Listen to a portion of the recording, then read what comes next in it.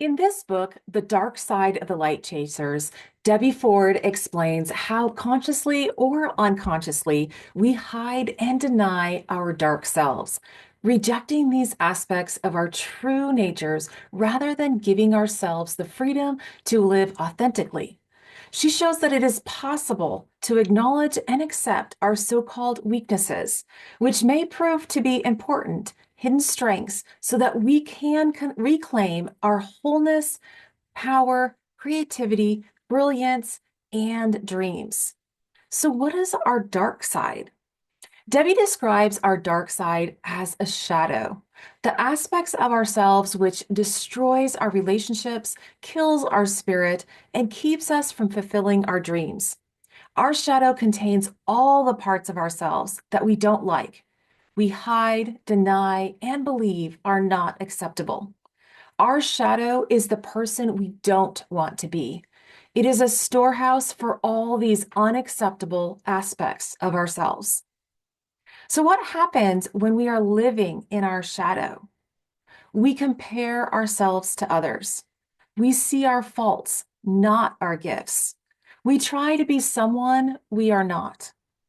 We live in denial, which is an acronym for Don't Even Notice I Am Lying. We deny and lie about our true selves and fail to give us the opportunity to shine. We project our unconscious beliefs onto others. We see the faults in others, and it creates an emotional response in us. We get upset when someone is rude to us.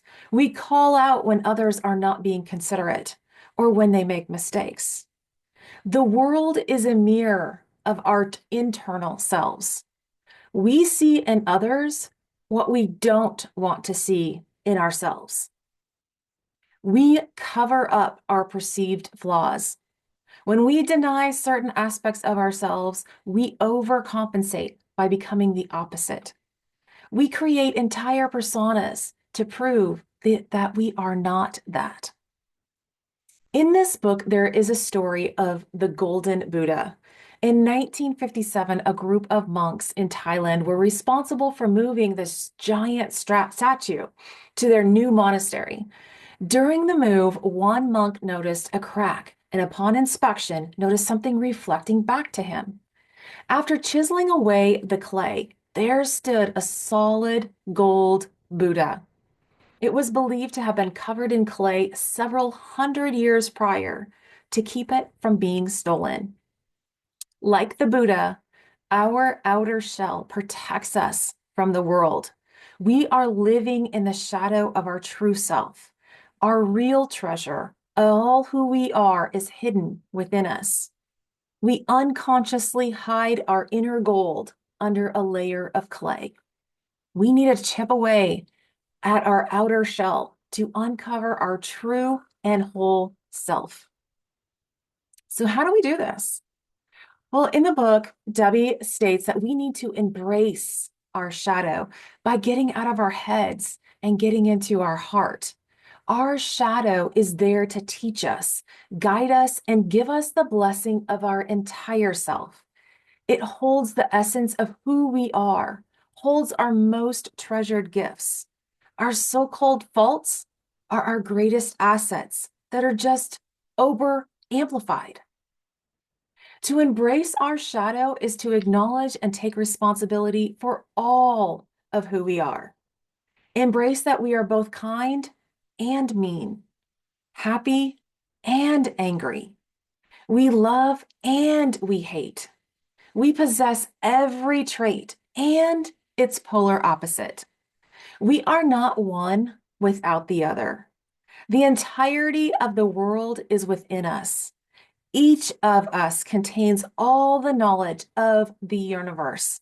Our inner gold self is whole and perfect. When you are struggling to embrace an aspect of yourself, ask yourself 3 questions. Have I ever demonstrated that behavior in the past? Am I demonstrating that behavior now? Under different circumstances, am I capable of demonstrating that behavior?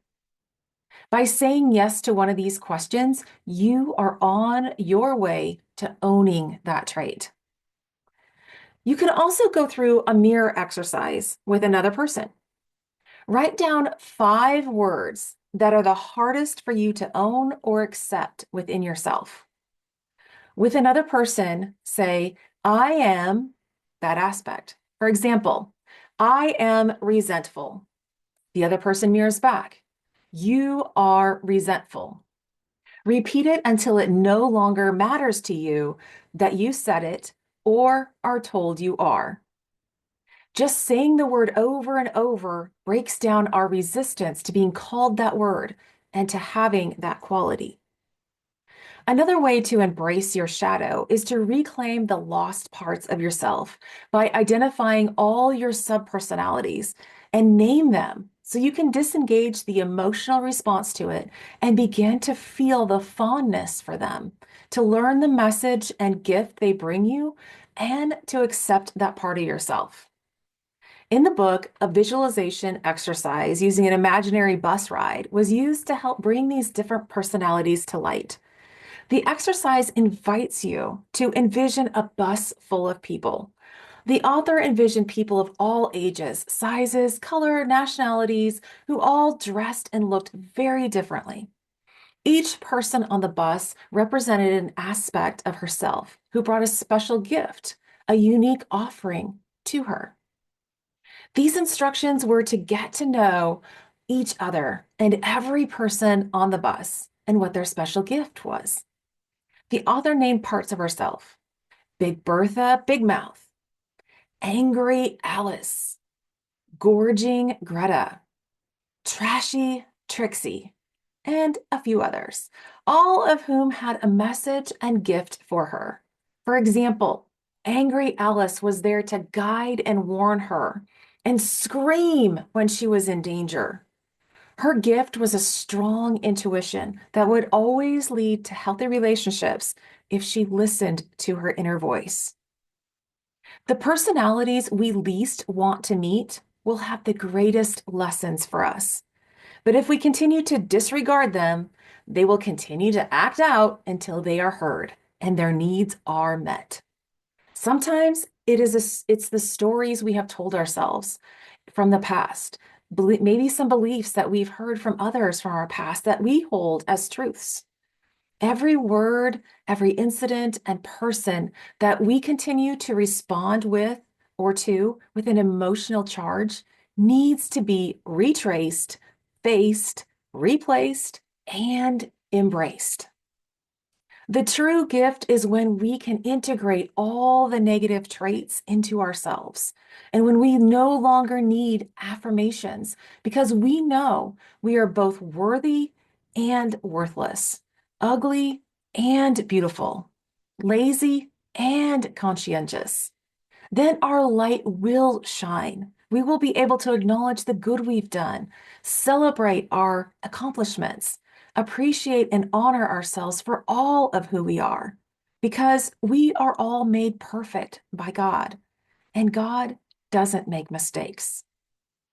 We need to demonstrate more love and forgiveness for ourselves and to ourselves. We need to love ourselves like we love babies. We are just innocent children who needs love, care, and approval. The journey of shadow work is to embrace all of who you are, to trust yourself and your intuition, to listen to your heart, to live in the moment, and live from your heart. Debbie Ford encourages us to ask ourselves a few questions. Are your desires and goals important enough to make you face your fears?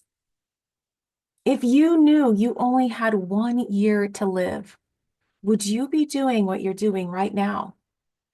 If not, why not? Are you willing to commit to being uncomfortable in the short term in order to live out your dreams and desires, to be whole, powerful, creative, and brilliant? Pick up this book. It's a great insight with a lot of questions, stories, insights, and exercises to help you uncover your true self.